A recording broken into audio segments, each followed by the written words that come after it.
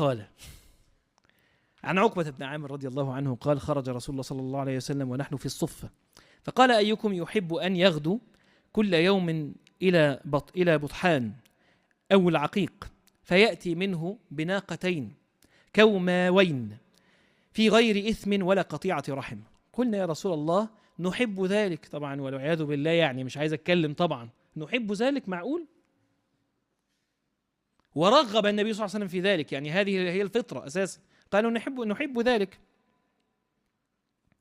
قال أفلا يغدو أحدكم، النبي صلى الله عليه وسلم كان ده من باب ضرب المثال، ثم قال لي النبي صلى الله عليه وسلم أفلا يغدو أحدكم إلى المسجد فيعلم أو يقرأ آيتين من كتاب الله عز وجل خير له من ناقتين، وثلاث خير من ثلاث، وأربع خير له من أربع، ومن أعدادهن من الإبل.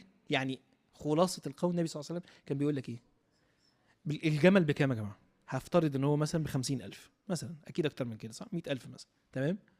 آية تتعلمها وتعمل بيها أحسن من 100,000 جنيه. آيتين 200,000 جنيه، 3 آيات 300,000 جنيه، 4 آيات 400,000 جنيه، 5 آيات 500,000 جنيه. النبي صلى الله عليه وسلم بيخاطب الفطر، تحب تكسب 500,000 جنيه في اليوم؟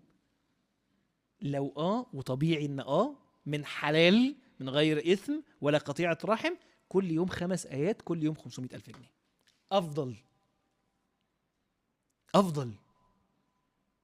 طب بالله عليك، بتكلم جد، لو جالك الشغلانة اللي السالري فيها 500,000 جنيه بس فول تايم جوب 8 ساعات ومفيش بريك، ايه الأخبار؟ فير ولا مش فير؟ ده لوز. حلوة 500,000 جنيه جميلة. طب لو 500,000 جنيه دول في اليوم، 500,000 جنيه دول يعني كام دولار؟ 10,000 دولار. قول 10,000 دولار، أقل شوية تمام، بس قول 10,000 دولار. 10,000 دولار في الإيه؟ في الشهر، كويس جدا. طب لا، دول في اليوم. ده المقياس الديني. المقاييس اللي انت مفترض ان انت تبقى عليها هي مقاييس قال الله قال رسول الله صلى الله عليه وسلم. فالنبي صلى الله عليه وسلم بيعمل ايه؟ بيعدل المفاهيم. تحسبها ازاي؟ تقيسها ازاي؟ ان الآية بالرقم ده، الآيتين بالرقم ده، ده اللي مفترض يحصل. طب هل ده بيحصل؟ يبقى احنا عندنا مشكلة. لو شفناها إسلام، لو شفناها نبوية من عند النبي صلى الله عليه وسلم، خلاص هتتبين كده. فتخيل لو انت احتسبت ده وصدقت في ده.